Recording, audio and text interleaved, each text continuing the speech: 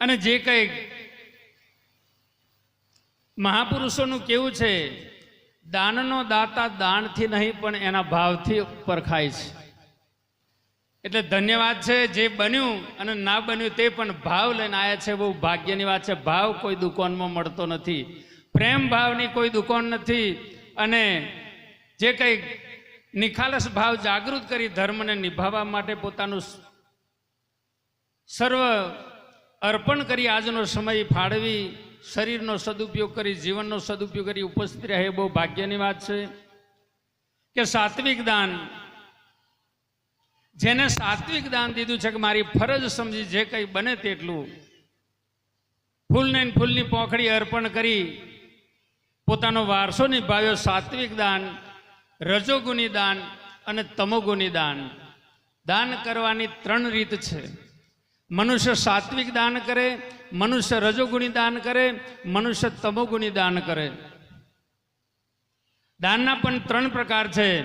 સાત્વિક દાન, જેને કઈ નિખાલસ ભાવથી એનો કોઈ મને બદલો મળે એવો ભાવ રાખ્યા વગર પોતાની ફરજને અદા કરી જે મહાપુરુષોએ બને તેટલું દાન દક્ષિણા ભેટ જે ધરી, એ સાત્વિક દાન મળવાથી સાત્વિક દાન દે અને સાત્વિક દાનથી જ્ઞાન પ્રાપ્ત થાય, એવો આપણો ધર્મ ગ્રંથ ગીતાનો લેખિત છે. સાત્વિક દાન કરવાથી જ્ઞાન પ્રાપ્ત થાય. અને રજોગુણી દાન કોને કહેવાય?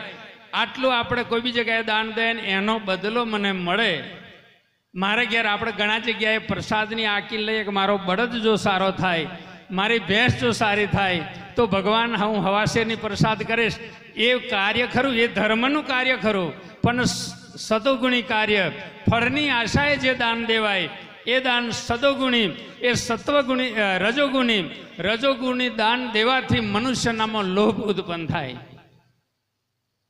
જ્યારે તિરસ્કાર કરતા કચવાતા મનથી મનદુખ કરીને કદાચ કચવાતા મનથી ક્યારેક દાન કરાય તો એ દાન તમોગુણી જ્ઞાન, એનાથી અજ્ઞાન પ્રાપ્ત થાય. એટલે સાત્વિક દાનથી જ્ઞાન પ્રાપ્ત થાય, રજોગુણી જ્ઞાનથી લોભ ઉત્પન્ન થાય અને તમોગુણી જ્ઞાન દેવાથી અજ્ઞાન ઉત્પન્ન થાય. એટલે ખરેખર ખૂબ જ્ઞાની છો. સાત્વિક દાન મળ્યું છે. સાત્વિક દાન કરી અને દરેક પોતાનો સમય સાચવી અને પરમાત્મા પ્રત્યે, ધર્મ પ્રત્યે જો કદાચ સમય ફાળવ્યો હોય આવા કામના સમયમાં, એટલે પરમાત્મા દરેકને ખૂબ સુખી કરે, દરેકના ભર્યા ભંડાર રાખે.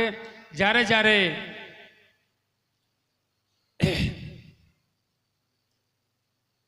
કર્ણ રાજાએ જ્યારે જીવનની અંદર દાન દીધું અને કર્ણ રાજાને દાન વિશેષ જ્યારે પોતાનો દેહ પડ્યો ને આત્મા પરમાત્મા પાસે સીધાવ્યો, ત્યારે પરમાત્માએ એ જીવને પૂછ્યું કે જીવનની અંદર કંઈ દાન પૂર્ણ કર્યું? ત્યારે જ્યારે ભૂખ લાગી, કર્ણ રાજાને ભૂખ લાગી, એટલે કર્ણ રાજાએ પૂછી જોયું કે પરમાત્મા ભૂખ લાગી છે, મને કંઈક જમવાનું હોય તો આપો. એટલે ભગવાને પૂછ્યું કે જીવનની અંદર કંઈક કર્યું કે નથી કર્યું? એટલે કર્ણ રાજાએ કીધું કે 9 ખંડમાં મારું નામ ગુજે છે. 9 ખંડમાં મારું નામ ખબર છે કે દાનેશ્વરી કર્ણ. કર્ણ રાજા દિવસ ઉગીને મધ્યાહનકાળ બપોર સુધીમાં 1.25 મણ સોનું દિવસનું વેચતો, અને 1.25 મણ સોનું દિવસનું વેચતો. અને જ્યારે દેહ પડ્યો ને જ્યારે આત્માનો લેખો લેવાયો, ત્યારે પરમાત્માએ પૂછ્યું કે દાન પૂર્ણ, તાકે 1.25 મણ સોનું દિવસનું વેચ્યું. ત્યારે ભગવાને એ જ બતાવ્યું કે સામે સોનાનો ભંડાર છે, કદાચ એનાથી ભૂખ જો મટતી હોય તો તમે એ સોનાના ભંડાર પાસે જઈ અને ભૂખ મટાવી શકો. ત્યારે કર્ણ રાજાને પસ્તાવો થયો કે જો ખાવામાં અન્ન જોઈએ અને સોનાનું દાન દીધું, આજે સોનું મારી આગળ આવ્યું, સોનું ભૂખ મટાડી શકે નહીં.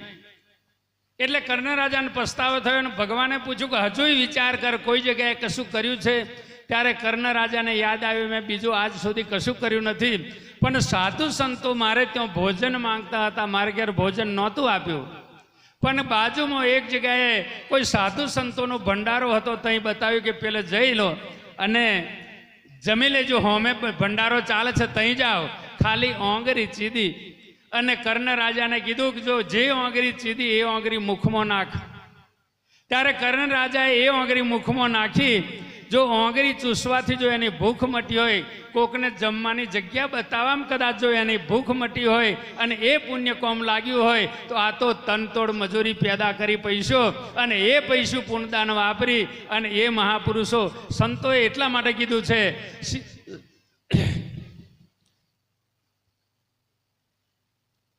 જ્યારે જ્યારે કર્ણ રાજાને પસ્તાવો થયો, પરમાત્માને પૂછ્યું, માલિક હવે મને એ ખબર નહોતી કે દાનમાં દાન અન્નદાન મહાન છે, પણ હવે માલિક એકવાર ધરતી ઉપર મને મોકલ અને ધરતી ઉપર મોકલ કે કોક સાધુ સંતને જમાડ્યા વગર જમવું નહીં, આવો નિયમ રાખીશ. આવું પરમાત્મા પાસે માગ્યું અને એ ભક્તિ માગી. કર્ણ રાજાનો બીજો અવતાર સગાડસા શેઠનો થયો અને સગાડસા શેઠના અવતારે ભગવાને આ દરેક જે પુણ્ય આવા કાર્યમાં સમય ફાળવવું, આવા કાર્યમાં બેસવું અને આવા કાર્યમાં પુણ્યદાન દેવું એ કોઈક વાટે પડેલી બાબત. જેના જન્મો જન્મનું જેની પાસે પુણ્ય છે, જન્મો જન્મની જેને ભક્તિ છે એ મહાપુરુષો બેઠા છે, એ માતાઓ બેઠી છે. સતી અનસુતા, સતી સાવિત્રા, ગંગા સતી, પાનબાઈ, મીરાબાઈ, એ જે આત્માઓ છે એ જ આત્માઓના રૂપમાં માતાઓ પણ બેઠી છે. અને સાધુ સંતો ઋષિઓના રૂપમાં જે કંઈક જન્મો જન્મથી ભક્તિ આદરી અને એ ભક્તિના પદાર્થે જેની પાસે માતા પિતાનું સુકૃત છે, જેની પાસે પૂર્વજન્મની ભક્તિનું બીજ છે, એ મહાપુરુષો આવા સમયની અંદર હાજરી આપી શકે. બાકી માણસને મરવા માટે પણ સમય મળતો નથી. એટલે કર્ણ રાજાએ જ્યારે કર્ણ રાજાનો સગાડસાનો અવતાર થયો ત્યાં પણ પરમાત્માએ એની પરીક્ષા કરીને અંતે કેલૈયાને મનુષ્યનું માંસ માંગ્યું. લોંબુ કરવા જોઈએ તો 2 કલાક થાય, પણ સીધી વાતમાં કહી દે કે જ્યારે કર્ણ રાજાના બીજા અવતારમાં સગાડસા શેઠને ત્યાં એકનો એક દીકરો કેલૈયાને ભગવાને મનુષ્યનું મોસ જમવાની માગણી કરી તો જ જમીએ, બાકી હું હારે જમવું નથી. 9 દાડાના ભૂખ તરસ વગર સગાડસા શેઠ 9મે દાડે જ્યારે સાધુ સંત ભગવાનને ત્યાં કે એ ભક્તિ, એ પુણ્ય અને એ ભક્તિનો પદાર્થ જ્યારે ભગવાનને ઘેર જમવા આવવું પડ્યું, જ્યારે મોસ માગ્યું ને કેલૈયાને વધેરીને જો દાન કરી દીધું હોય અને એ મહાત્માઓ છે એવી દાનની ભક્તિ કરતા કરતા આવ્યા ને એ મહાપુરુષો બિરાજમાન છો અને એ જ આ જીવનમાં ભક્તિ કરી શકે. બાકી મનુષ્ય પાસે સમય નથી.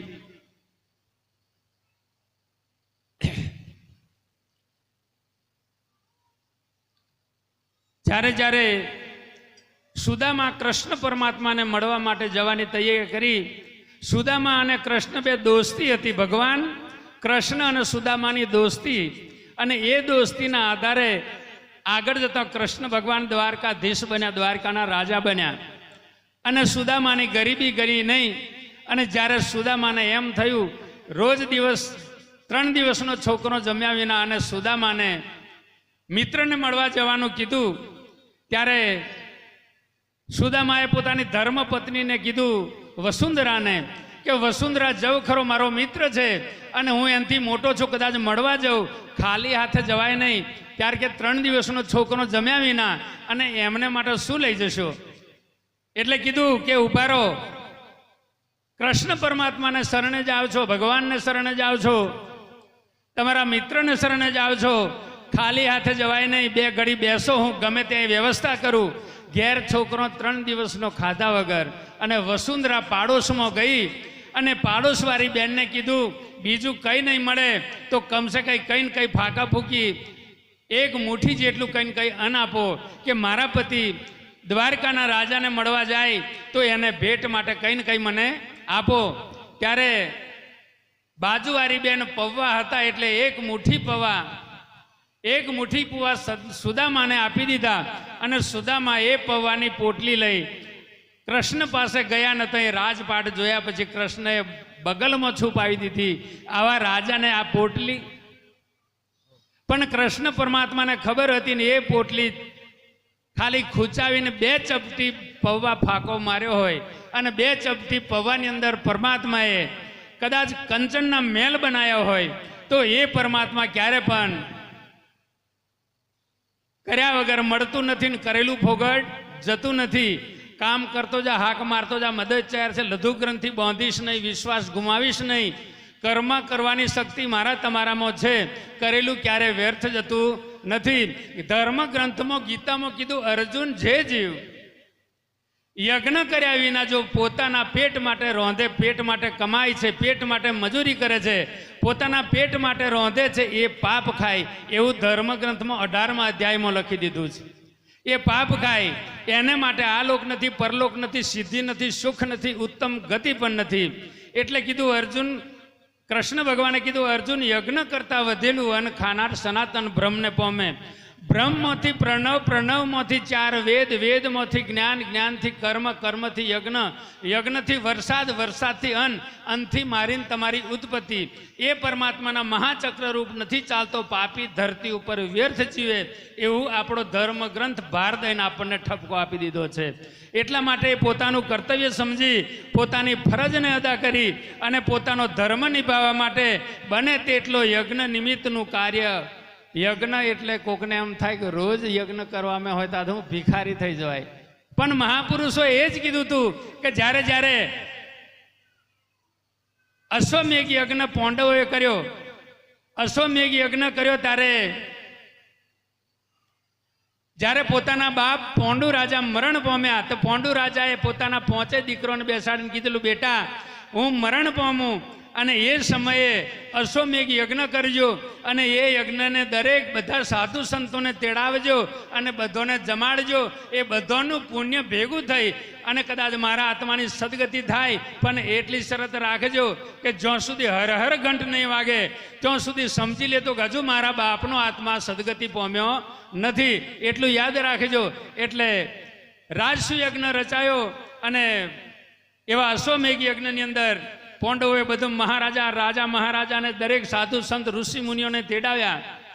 પણ એક મારા તમારામાં જ્યાં સુધી સંશય છે ત્યાં સુધી મેર આવે નહીં. જેને ભ્રમ છે, જેને વેમ છે, જેનામાં ભ્રમની ગ્રંથિ પેઠી છે, એ ક્યારેય હોંધો ચડતો નથી. એટલે થોડો પાંડવોને વેમ જો એ ઋષિ છે પણ કે એ નીચી નાથનો, એટલે એને જ બોલાવતા નહીં. એટલે ઋષિને રવા દીધો, આમંત્રણ આપ્યું નહીં. અને બધા સાધુ સંત ફકીર બધા આવ્યા, પધારો, જગ્યા લો, પોતપોતાની જગ્યા અને આસન ગ્રહણ કરી થોડા ખસતા બેસો. થોડો સમય લઈશે, સમય વધારે નહીં લઈએ કેમ કે એટલે મહાયજ્ઞ રચાયો પાંડવોએ અને દાન દેવા માટે દુર્યોધનને મૂકી દીધા. તારે છૂટા હાથે દાન કરવાનું.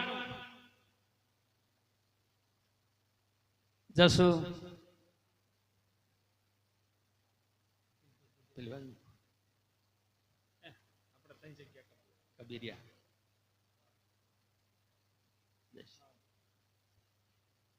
એટલે દુર્યોધનને દાન કરવા મૂક્યું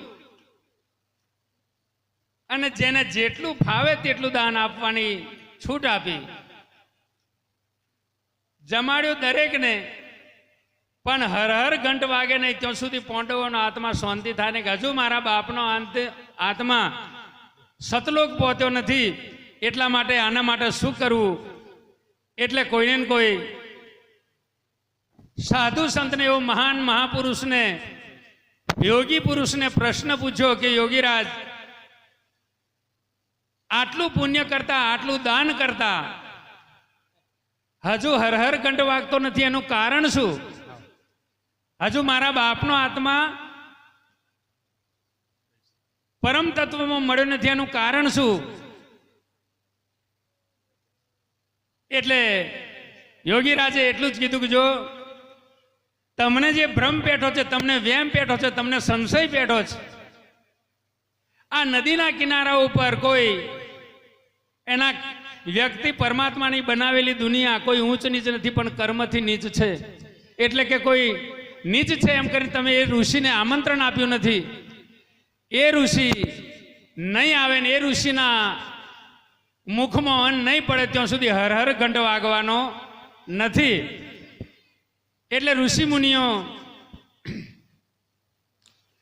દરેક ઋષિ મુનિઓ ભેગા કરી અને યુધિષ્ઠિરને કીધું કે યુધિષ્ઠિર તમે જાઓ અને એ ઋષિને લઈ આવો, આપણી ભૂલ થઈ ગયો, માફી માંગજો. એટલે યુધિષ્ઠિર ઋષિ પાસે ગયા અને ઋષિને કીધું કે હવે અમારી ભૂલ થઈ, ઋષિરાજ આપ બિરાજો, અમારા બાપનું આત્મા સદગતિ પામે એવી તમે પ્રાર્થના કરો અને અમારા ઘરનું ભોજન આરોગો. એટલે ઋષિએ કીધું કે હું તમારા ઘરનું ભોજન લેવા કે તમારે ત્યાં આવવા માટે હું નવરો નથી, કેમ કે મારી પાસે સમય નથી, અને જો હું આવું જઈશ બેસ જઈશ સમય નથી, જો હું આવું પણ જો કદાચ તમે 100 યજ્ઞ કર્યા હોય અને 100 યજ્ઞનું પુણ્ય જો મને પ્રાપ્ત કરો તો હું તમારા દ્વારે જમવા આવું, બાચી મારે આવવું નથી. યુધિષ્ઠિરે વિચાર કર્યું, જય સીતારામ, જય સીતારામ, બેસ મજામાં, જય સીતારામ, બેસ. 100 યજ્ઞ મારી જિંદગીમાં મેં કર્યા નથી, બેસો આરતી થઈ જવા દો.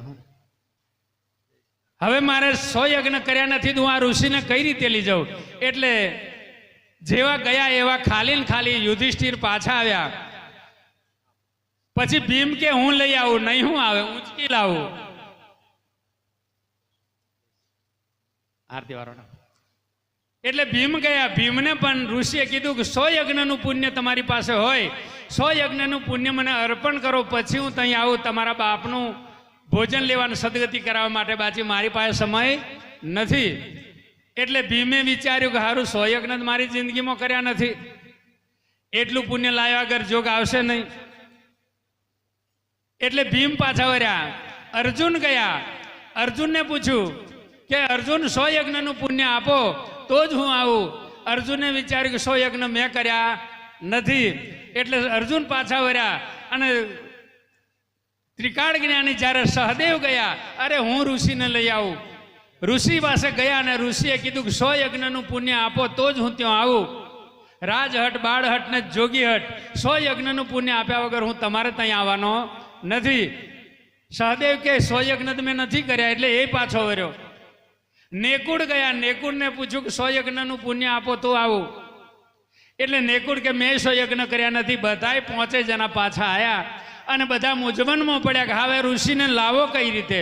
ઋષિ જમે નહીં આપણા ઘરનું અન્નદાન, જો એ ઋષિના પેટમાં નહીં જાય અને ઋષિની ઓતેડી ઠરે નહીં ત્યાં સુધી આ આશીર્વાદ મળે નહીં, આપણા બાપની સદગતિ થવાની નથી. બોલીએ સદગુરુ મહારાજનો જય.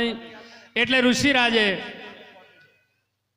આ મૂંઝવણ જોઈ અને દ્રૌપદી કીધું કે કેમ મૂંઝાવો છો, શું છે આ બધું? તાકે કઈ નથી, પેલા ઋષિને અમે 5 જણ ગયા તેડવા, પણ ઋષિ આવતા નથી. આપણે થોડાક આ બાજુ ખઈજો, જગ્યાનો અભાવ હોય, આ બાજુ ખસતા બેહવા જગ્યા બહુ છે. આગળ આવતા રહો, વાંધો નહીં, પાછળ બેઠેલા હોય આગળ આવતા રહો. આ બાજુ બેનો આ બાજુ આવતા રહો, બેનો આ બાજુ આવતા રહેજો પાછળ. એટલે દ્રૌપદીએ કહ્યું કે કદાચ હું જાઉં તો તાકે અમે આવા જાતે મેર આવ્યો નથી, તઈ તો અવરી હટ લઈને બેઠા. 100 યજ્ઞનું પુણ્ય માંગે છે, 100 યજ્ઞ આપણે કર્યા નથી. એટલે દ્રૌપદી કે ખરેખર જો હું એ ઋષિને નહીં લાવું તો હું સતી નારી નહોતી. ધન હોજો એ નારીને, નારી તું નારાયણી નારી, રતનની ખોણ નારી, થકી નર નીપજો નારી, જગતમાં મહાન, ધારે તો નમાવે દેવને અને ધારે તો અપાવી દે રાજ, એ પરમ શક્તિ નારીની છે. એટલે દ્રૌપદીએ કીધું કે હું લઈને આવું ઋષિને. જ્યારે ઋષિના આશ્રમે દ્રૌપદી ગયા અને જ્યારે કીધું કે ઋષિવર અમારા દ્વારે પધારો, યજ્ઞનું ભોજન આરોગો, એ ભોજનથી તમારી ઓતરી તૃપ્ત થાય, તમને સંતોષ વરે, તમારું અંતકરણનો આશીર્વાદ મળે અને એ આશીર્વાદથી અમારા પિતાશ્રીનો આત્મા મોક્ષ ગતિને પામે, એટલે તમે પધારો. એટલે ઋષિએ કીધું કે 100 યજ્ઞનું પુણ્ય પ્રાપ્ત કરો ત્યારે આવો. ત્યારે દ્રૌપદી કે 100 નહીં, કરોડ યજ્ઞનું પુણ્ય પ્રાપ્ત કરું, પણ પધારો. એટલે બહુ બુદ્ધિશાળી હતી દ્રૌપદી. એટલે કીધું કે પગે લાગીને કીધું, વિનંતીથી દંડવત પ્રણામ કરી કીધું કે ઋષિવર આપ શ્રી મુખાથી જે કંઈક શબ્દ બોલાય છે, संत मिलन को जाइए तज देह अभिमान, आगे आगे पाव धरे कोटि यज्ञ समान, સંત ચરણે જવાથી કદાચ કરોડો યજ્ઞનું પુણ્ય પ્રાપ્ત થતું હોય તો હું તો કંઈક હજારો ડગલો ભરીને ચાલતી આવી છું અને એ પુણ્ય તમને બધું અર્પણ કરી દઉં. પણ આપ ઋષિ મારે દ્વારે પધારે. ઋષિને ઝૂકી જવું પડ્યું અને ઋષિ ઊભા થઈ ગયા. બોલીએ સદગુરુ મહારાજનો જય. એટલે એવું નથી યજ્ઞ કરીને રોજ જ ઘી હોમેતા યજ્ઞ. આ તમે એક બે ડગલું હેડીને ત્યાં કરોડો યજ્ઞનું પુણ્ય પ્રાપ્ત કરીને આયા મહાપુણ્યશાળી છો. એમને બેસાતું નથી, ભજનમાં એમને બેસાતું નથી. એક ડગલું ભરીને જો કદાચ સંત ચરણમાં જવાથી, ગુરુ ચરણે જવાથી એક ડગ ભરવામાં કરોડ યજ્ઞનું પુણ્ય પ્રાપ્ત થતું હોય. પુણ્યશાળી મહાત્માઓ છો. હવે પ્રસાદ તૈયાર થયો હોય તો પ્રસાદ લાવી દે. કેમ સમયનો પણ સદુપયોગ કરવો પડશે. માલિકે લાજ રાખીને કોરો દિવસ છે ત્યાં સુધી આપણે આરતી પ્રસાદ કરી લઈશું અને પછી મહાપ્રસાદની પણ પૂર્વ તૈયારી છે.